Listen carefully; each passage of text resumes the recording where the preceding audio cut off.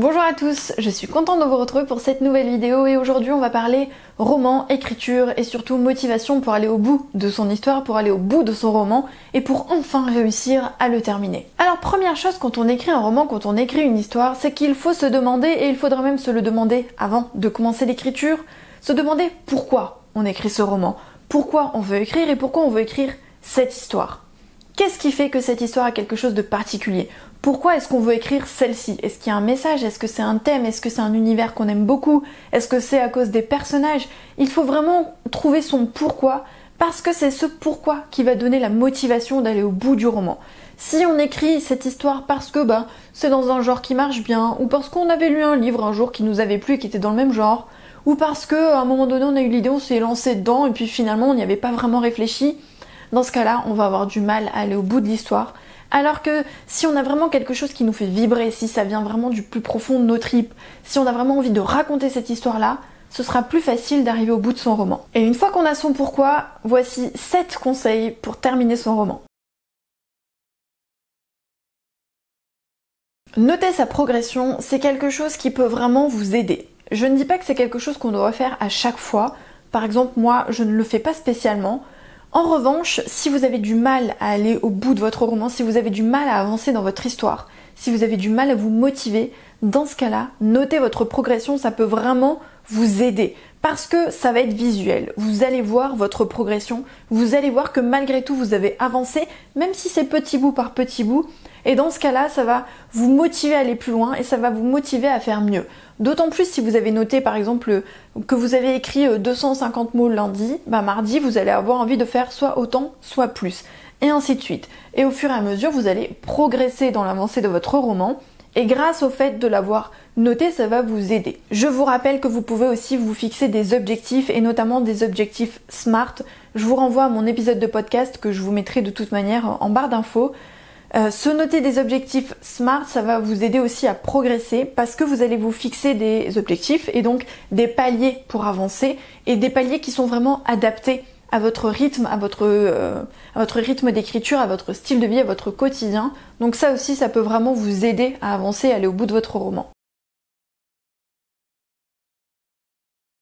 Être régulier, c'est vraiment la clé. On ne vous dit pas qu'il faut absolument écrire tous les jours. J'ai fait une vidéo dans laquelle je vous parlais d'écrire tous les jours, mais ça ne veut pas dire que c'est obligatoire. Tout le monde ne peut pas écrire tous les jours, tout le monde ne peut pas trouver un temps d'écriture quotidien. Malgré tout, la régularité, c'est extrêmement important. C'est-à-dire que si j'écris 3 fois par semaine, je dois écrire 3 fois par semaine toutes les semaines. Si j'écris 5 fois par semaine, je dois écrire 5 fois par semaine toutes les semaines et ainsi de suite. Si c'est tous les mardis et tous les jeudis, ça doit être tous les mardis et tous les jeudis. Oui, il peut y avoir des moments où vous faites sauter votre séance pour X ou Y raison, mais d'une manière générale, il faut être régulier. La régularité, c'est extrêmement important. Et pour vous aider à être régulier, vous pouvez mettre en place des habitudes d'écriture ou des routines d'écriture, c'est-à-dire des éléments qui vont vous aider à vous mettre à l'écriture, à commencer votre session et à rester dans votre session. Si vous avez besoin de musique, si vous avez besoin d'être à votre bureau, si vous avez besoin au contraire de calme ou d'être dans un café, se mettre dans les bonnes conditions à chaque fois pour que ce soit plus facile d'écrire. Quand on a du mal à aller au bout de son roman, c'est parfois aussi parce qu'on se retrouve bloqué à un moment donné dans son histoire, ou parce que quand on arrive au moment de sa session d'écriture, on a enfin trouvé un créneau, on y est, et malgré tout, rien. C'est-à-dire que c'est le blanc, et on passe 5 minutes, 10 minutes, 20 minutes à réfléchir et à se demander ce qu'on va écrire. Ça, c'est un point très négatif parce que c'est vraiment des blocages qui nous empêchent d'avancer. Alors il y a plusieurs techniques pour éviter ces blocages. La première, c'est évidemment de faire un plan à l'avance. Donc avant l'écriture, avant même de commencer son roman, faire un plan pour avoir au moins les grandes lignes de chaque chapitre pour savoir où on va. Deuxième solution, c'est de préparer sa session à l'avance. Pas forcément avoir fait un plan global de tout son roman, mais de savoir ce qu'on va écrire dans la prochaine session, de quoi on va parler, quel thème on va aborder, quelle scène, quel événement va être abordé dans le prochain chapitre ou dans la prochaine session. Et ça, on peut le faire à 2 moments. Soit on le fait à la fin de la séance précédente, c'est-à-dire imaginons vous avez écrit lundi, à la fin de la séance du lundi, vous marquez quelques petites informations pour la séance du mardi, par exemple. Ou le soir, le lundi soir, vous notez des idées pour le mardi. Ou alors vous le faites juste avant votre session, c'est-à-dire que vous savez que vous allez écrire mardi à 14h, et bien mardi matin par exemple à 8h, vous prenez un petit moment pour réfléchir à l'histoire, pour écrire quelques idées, pour que quand vous arrivez à votre session à 14h, vous sachiez directement de quoi vous allez parler, vous n'avez plus qu'à écrire. Donc on n'hésite pas à préparer sa session à l'avance, à noter des idées, même si c'est juste quelques lignes sur son document Word à la suite de ce qu'on vient d'écrire, à préparer un plan si on aime bien faire des plans, bref. On prépare sa session pour que quand on arrive au moment de l'écriture, on sache de quoi on va parler et que ce soit beaucoup plus simple et beaucoup plus fluide et qu'on ne perde pas de temps à réfléchir à ce qu'on va écrire aujourd'hui. Quand on a du mal à terminer son roman, quand on a du mal à se mettre à l'écriture, quand on a du mal à avancer, parfois c'est bien de faire une pause, tout simplement. Au lieu de se dire il faut absolument que j'écrive, il faut absolument que j'écrive, il faut que je fasse une session, il faut que j'écrive tant de mots, parfois ça fait du bien juste de faire une pause, de le mettre de côté. Ça peut être une journée, ça peut être 3 jours, ça peut être une semaine, ça peut être 2 semaines. Tout dépend de votre blocage et tout dépend de ce dont vous avez besoin, mais on n'est pas toujours obligé d'être la tête dans le guidon et d'écrire. Parfois ça fait du bien de faire une pause, de réfléchir peut-être à autre chose, de noter des idées, de l'inspiration, d'aller voir des films, d'écouter de la musique, d'aller se promener, de sortir, de faire d'autres activités avec sa famille ou avec ses amis. En gros, de se sortir un petit peu de l'histoire, de faire d'autres choses du quotidien, pourquoi pas. On peut aussi réfléchir à son histoire, mais disons que c'est plus léger parce qu'on se dit voilà, je le mets de côté. Mais quand on va faire autre chose, on va regarder des films, on va aller se promener, on va aller à la montagne ou à la plage ou en vacances, etc. Qu'importe ce que vous faites. Mais vous allez avoir des idées qui vont vous venir, même sans y réfléchir, parce que vous allez être inspiré par certaines choses et peut-être qu'à un moment donné, vous allez avoir quelque chose qui va se débloquer. Donc c'est bien aussi de temps en temps de faire une pause et de souffler, de laisser reposer un petit peu son manuscrit pour y revenir avec un regain d'énergie et de nouvelles idées.